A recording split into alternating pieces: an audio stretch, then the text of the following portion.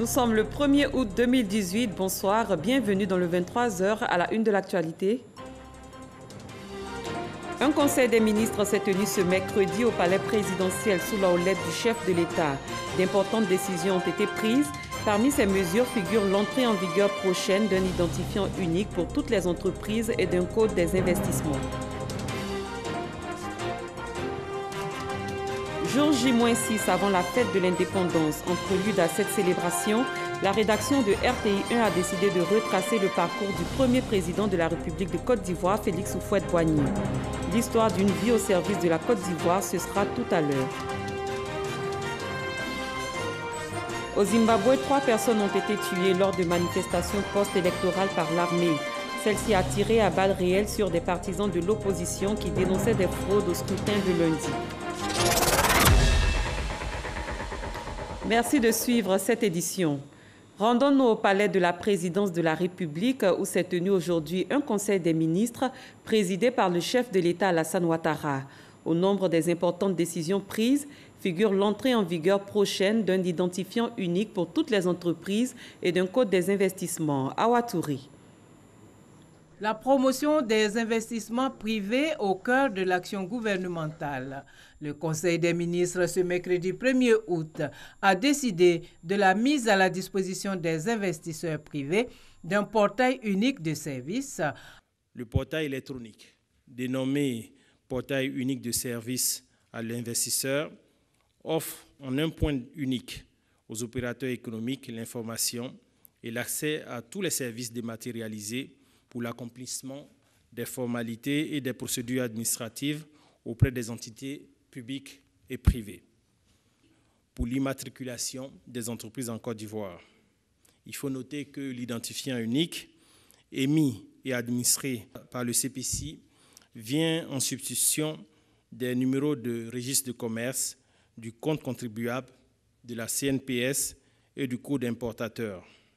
Préparatif de l'élection des conseillers municipaux et régionaux, le Conseil a validé la composition numérique des conseils municipaux et régionaux. Et puis, après un contrôle dans les services de la commune du Plateau, de graves dysfonctionnements ont été constatés. Du 20 au 27 juillet 2018, une série de missions de vérification et de contrôle diligentées par les services compétents du ministère de l'Intérieur et de la Sécurité ont été effectuées dans les communes du district autonome d'Abidjan. Au cours de ces investigations, il a été constaté au niveau de la mairie du Plateau de graves déviations dans la gestion du maire relevant du maniement des fonds communaux, du faux en écriture publique et du détournement de fonds portant sur plusieurs milliards de francs CFA. Au regard de la gravité de ces faits et conformément aux dispositions légales en vigueur, le Conseil des ministres a adopté un décret portant révocation du maire de la commune du Plateau. Réduction de la mortalité liée à la méningite. Le Conseil des ministres a décidé d'introduire le vaccin contre la méningite de type A dans le programme national de vaccination de routine. Le nouveau vaccin sera administré dans les PEV de routine aux enfants de 9 mois. Le lancement officiel de cette activité est prévu le 2 août 2018 à Katiola. Le gouvernement entend par ailleurs poursuivre et renforcer sa politique sociale à travers les filets sociaux productifs. À ce jour, l'ensemble des 35 000 ménages bénéficiaires, environ 225 944 personnes concernées, perçoivent effectivement par paiement via le téléphone mobile leur allocation trimestrielle de 36 000 francs CFA prévue par le projet. La revue à mi-parcours à fin mai 2018, conduite par les partenaires financiers, a pu noter avec satisfaction l'atteinte de la plupart des objectifs et indicateurs des résultats inscrits au projet. Aussi, un financement additionnel de 100 millions de dollars US a été obtenu par M. le Premier ministre pour participer de l'avancement des prochaines étapes du projet qui comprennent notamment l'extension de la couverture du nombre de bénéficiaires et des régions ciblées. Journée nationale de l'excellence, la sélection des lauréats est achevée. 77 prix seront décernés cette année au lieu de 79. Le prix d'excellence de la meilleure initiative de valorisation des produits agricoles, filière qualité, et le prix d'excellence de l'administration publique la plus moderne ne seront pas décernés à l'occasion de cette édition pour défaut de lauréats.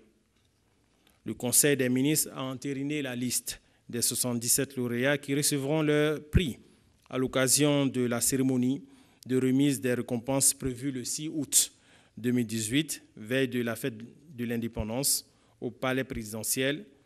Dans le cadre de la bonne gouvernance, les directeurs et responsables des affaires financières seront désormais évalués annuellement sur la base de rapports trimestriels. L'agent Sanogo Drissa a été désigné meilleur agent de la Direction générale des impôts pour cette année 2018. Au total, 12 prix ont été décernés lors de la 17e édition du prix d'excellence de la Direction générale des impôts. Le vice-président de la République, Daniel Cablon-Duncan, a assisté à cette cérémonie de récompense. Jean-Luc Bangou. Le prix du meilleur agent de la Direction générale des impôts est attribué à M. Sanogo Drissa. L'annonce de son nom a été noyée dans le flot des ovations d'une salle du palais des congrès de l'Hôtel Ivoire, archi-comble. Sanogo Drissa, inspecteur des impôts, agent d'assiette à la direction régionale d'Aboisseau, est le grand gagnant de cette 17e édition du prix d'excellence de la Direction générale des impôts. Lauréat du très convoité prix du meilleur agent de l'administration fiscale ivoirienne. Ce prix célèbre le travail sincère. Moi, je dois remercier tous mes supérieurs hiérarchiques, ceux qui m'ont encadré depuis le début de ma carrière jusqu'à maintenant. Et je dis merci à tous les collègues pour le travail de collaboration et pour le travail d'équipe. Merci beaucoup. Ce sont au total 12 prix qui ont été décernés au cours de cette soirée consacrée à la célébration de l'excellence. Le principe du prix d'excellence est de mesurer à travers des critères et indicateurs précis les performances individuelles et collectives de chaque agent et de chaque service. Récompense des meilleurs agents, mais également exhortation à poursuivre les efforts pour une mobilisation plus efficiente des ressources intérieures et relever les défis du développement durable de l'économie ivoirienne. Nous reste-t-il encore du chemin à parcourir? Je dirais oui. Il y a un chemin bien long. Et ce chemin nécessitera que nous allions encore plus loin dans tout ce qui est relatif aux opérations de digitalisation. De nombreux défis demeurent. Ces défis sont liés notamment à la diversification et la transformation de notre économie, à l'amélioration du climat des affaires pour encore plus d'attractivité et à la mobilisation d'importantes ressources pour financer notre développement à travers notamment la technologie et les infrastructures économiques. Parrain de cette cérémonie, le vice-président a également salué la mutation réussie de la DGI vers le numérique, ce qui lui a permis d'améliorer ses prestations et ses performances. Rappelons que sur un objectif de recettes de 2263,4 milliards de francs CFA pour l'année 2018, 1106,1 milliards de francs CFA ont déjà été réalisés au terme du premier semestre par la Direction générale des impôts. Le directeur de l'Agence française de développement a pour sa part été décoré par le chef du gouvernement Amadou Gon Coulibaly pour avoir contribué au développement du pays. C'était aujourd'hui à la primature. Notons qu'après 5 ans d'exercice, Bruno Leclerc quitte bientôt la Côte d'Ivoire. Francis Poifou. C'est l'un des acteurs majeurs du contrat de désendettement et de développement C2D en Côte d'Ivoire. En 5 ans, le directeur de l'Agence française de développement AFD a fortement contribué à la mise en place et à la réalisation de 35 projets à travers la mobilisation de ressources. Sous sa direction, l'État de Côte d'Ivoire a signé avec la France 2 contrats C2D, environ 1151,25 milliards de francs CFA et 26 conventions d'affectation de fonds correspondant à 1,66 milliard d'euros, environ 1093 milliards de francs CFA. Bruno Leclerc a également favorisé la signature de plusieurs accords de prêts souverains et non souverains en exécution des garanties aux petites et moyennes entreprises PME. Autant d'actions qui ne laissent pas le gouvernement indifférent. Notre président de la République, et en vertu des pouvoirs qui lui sont conférés, nous nous faisons officier de l'ordre national de la République du Côte d'Ivoire.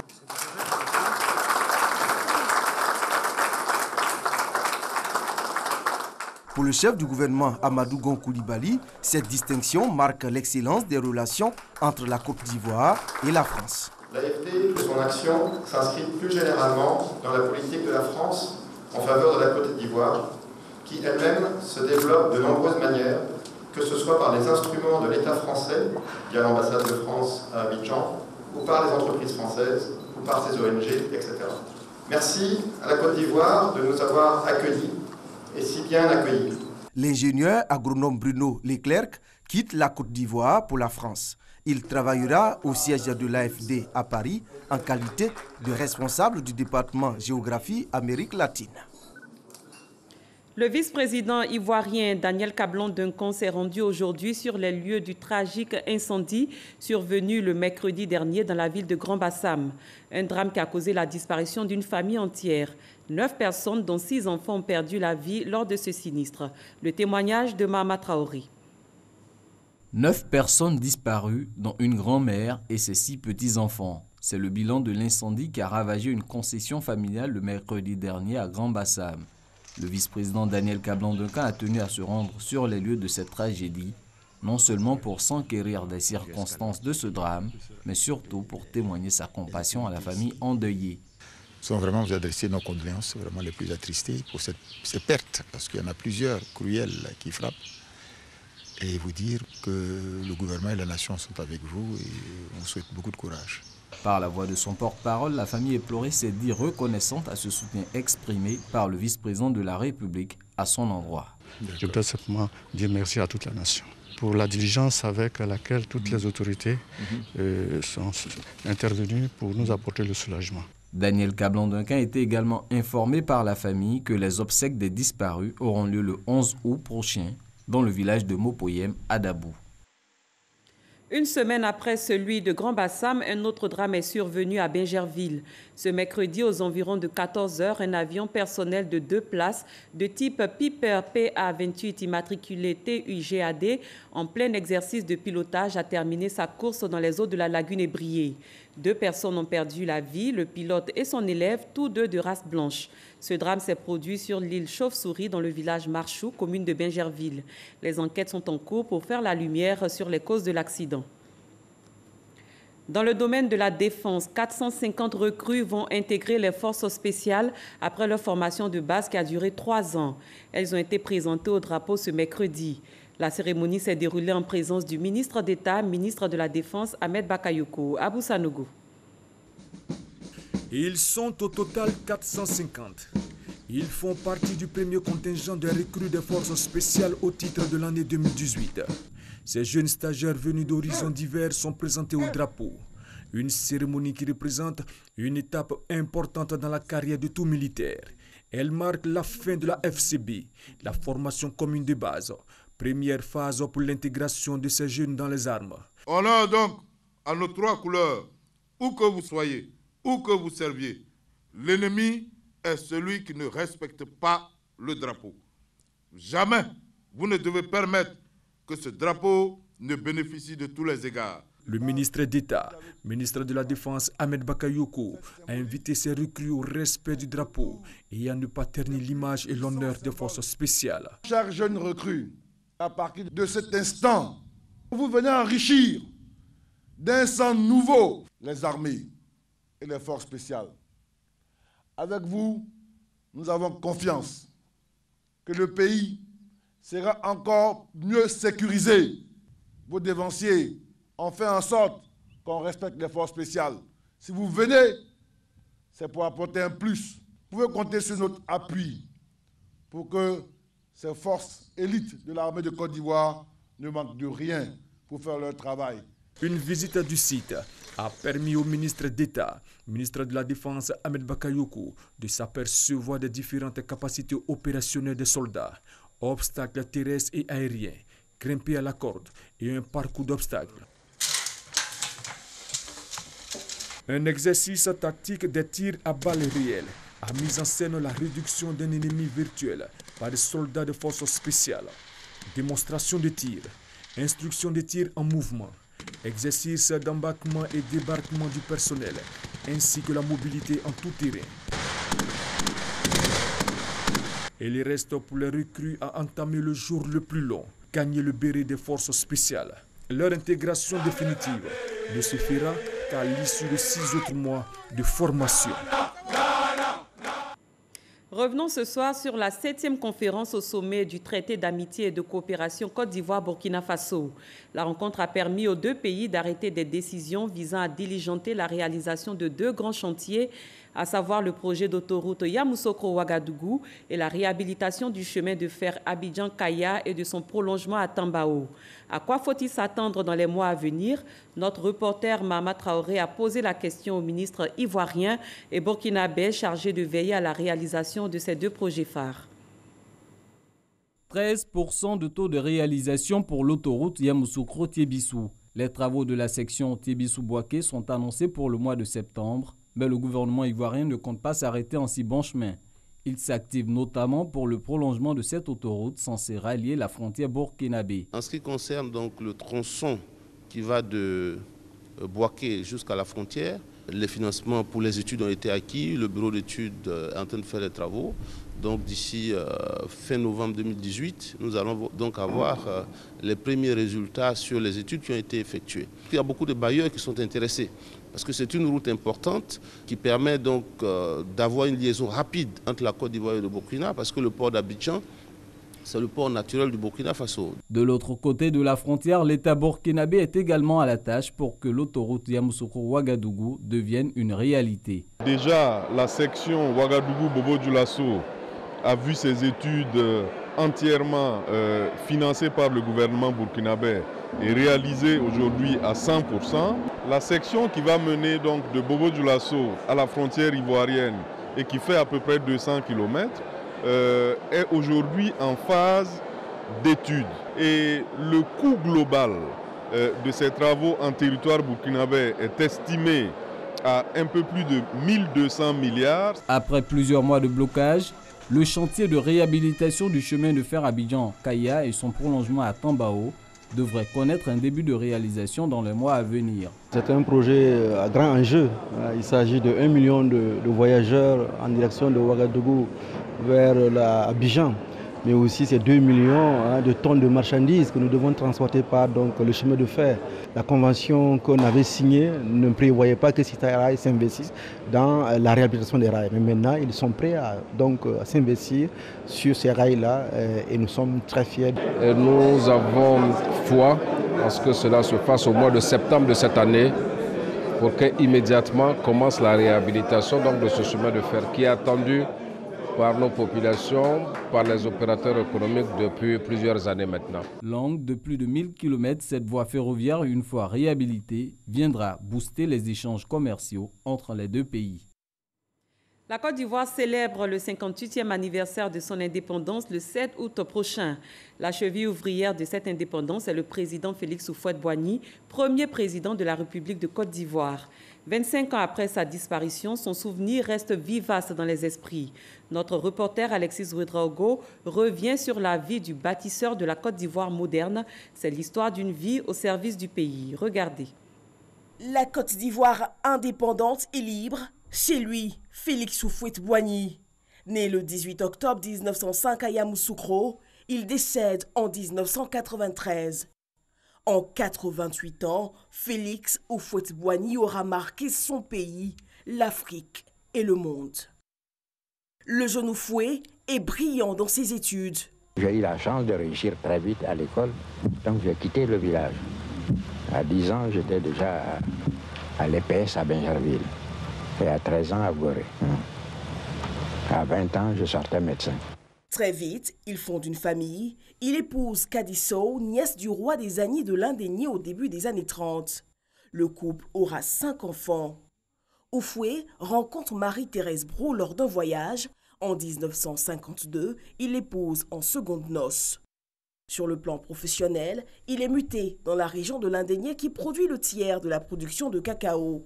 En 1932, lorsque les prix du produit chutent, il organise avec les paysans une grève de vente. L'homme est aussi planteur. C'est du café, du bon Robusta. Vous voyez que c'est très chargé. Nous avons là plus du kilo à l'arbre. 1944, c'est l'heure des bouleversements sur la scène politique. La conférence de Brazzaville puis la constitution de la 4e République française reconnaît des droits politiques aux Africains. C'est le temps de la lutte.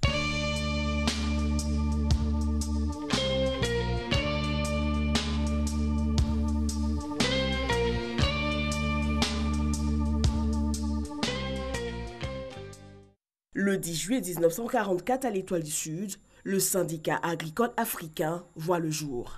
Il a été le chef du mouvement anticolonialiste ivoirien et africain, puisqu'il sera le premier et le seul président du Rassemblement démocratique africain qui a mené la lutte pour la décolonisation en Afrique française. C'est lui qui a fait abolir le travail forcé, qui était une autre forme d'esclavage qui était appliquée dans les colonies françaises. Professeur Loukou nous raconte comment l'expérience de la vie parlementaire et ministérielle en France a préparé Houphouët à l'exercice du pouvoir. À partir de 1945, il sera un élu du peuple ivoirien, d'abord à l'Assemblée constituante française, ensuite à l'Assemblée nationale française.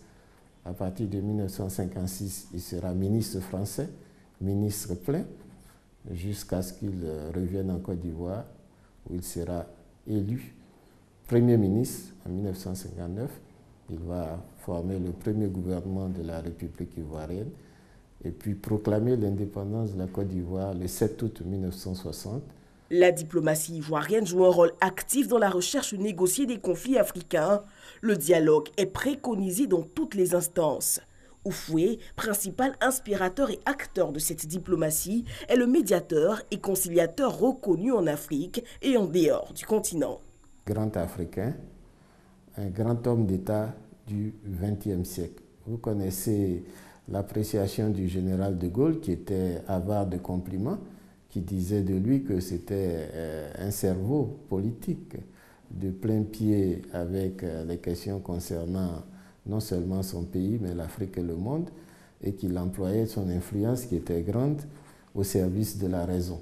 Je pense que ça résume assez bien le personnage historique qu'a été Félix Houphouët-Boigny. La foi, la charité ont aussi une place incontournable dans la vie de l'homme.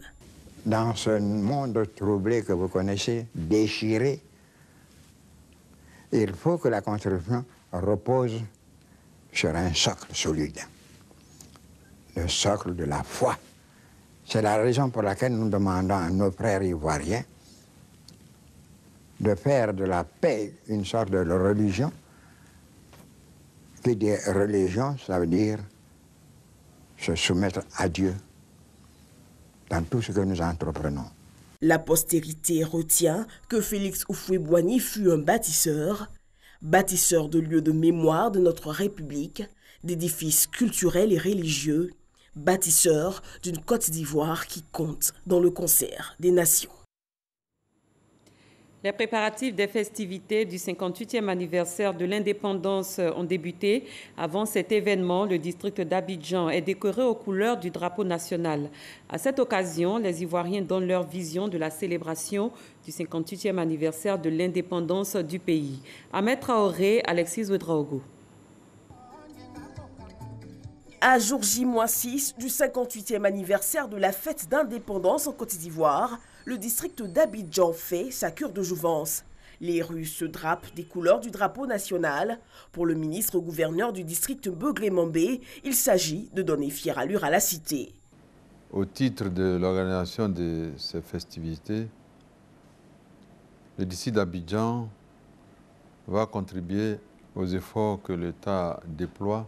Ce que nous apporterons comme contribution, c'est d'abord l'embellissement de la ville, qui est de notre ressort. Ensuite, nous allons offrir à l'environnement immédiat des festivités, parce que notre pays doit offrir la meilleure image possible de nos installations. Les citoyens, eux, se souviennent des premiers jours d'indépendance sous l'ère Houphouët-Boigny. Quand on était enfants avec nos parents, c'était une belle fête. Parce qu'à l'approche de la fête, il y avait un engouement certain. Et on plaçait des drapeaux sur nos maisons. Et cela, ça a duré jusqu'à l'année où la date a été changée. Bon, la fête de l'indépendance, c'est un moment de se rappeler de la liberté que nous avons. Parce que nos parents ont souffert. Et grâce à certains leaders, notamment le président Félix Houphouët-Boigny, nous avons acquis l'indépendance. Dans l'ancien temps, d'abord, c'était des fêtes tournantes. Et quand on choisit une région, dans une ville donnée, en tout cas, il y avait toute une ambiance vraiment qui égayait tout le monde. Et maintenant qu'il y a eu un changement, souvent c'est à Abidjan, tout à Abidjan, les gens ne peuvent pas se déplacer comme dans l'ancien temps. La nouvelle génération, elle voit également d'un bon œil ces festivités marquant ses 58 ans. Et il serait aussi intéressant pour le pays de pouvoir faire bouger un peu la fête parce que depuis un moment, je crois que c'est toujours Abidjan, toujours au plateau, toujours le même défilé, tout ça. Il y a d'autres communes qui ne participent pas à l'événement. S'il pouvait avoir un peu d'innovation, peut-être que ça changerait un peu les choses. Communication, mobilisation, danse, jeux, sécurité sont entre autres commissions mises en place pour la réussite de l'événement. Je vous donne à présent lecture de ce communiqué du ministère de l'Emploi et de la Protection sociale. Le ministre de l'Emploi et de la Protection sociale porte à la connaissance des populations vivant en Côte d'Ivoire qu'en application de l'article 24.2 de la loi numéro 2015-532 du 20 juillet 2015 portant Code du travail, le mardi 7 août 2018, jour de la fête nationale, est déclaré jour férié, chômé et payé sur toute l'étendue du territoire national. Pour les signataires de la Convention collective interprofessionnelle du 20 juillet 1977 et conformément aux dispositions de l'article 65 de la dite Convention, le lundi 6 août 2018, veille de la fête nationale, est jour férié et chômé. Pour le secteur public, le lundi 6 août 2018, veille de la fête nationale, n'est pas un jour férié. Direction San Pedro, certaines femmes entreprennent des activités génératrices de revenus avec peu de moyens. D'autres peinent à trouver un fonds pour entamer un petit commerce. Le secrétaire d'État chargé de la promotion des petites et moyennes entreprises leur vient en aide. Félix Anoblé dote les femmes de San Pedro d'un fonds d'un montant de 15 millions de francs CFA. Sam Konan. Dame Oura Aou, la soixantaine, est productrice et vendeuse d'attiéké au quartier Lac de San Pedro. Elle exerce cette activité depuis 1984. Veuve depuis plusieurs années, Dame Ouraou produit et commercialise l'attiéké avec l'aide des membres de sa famille.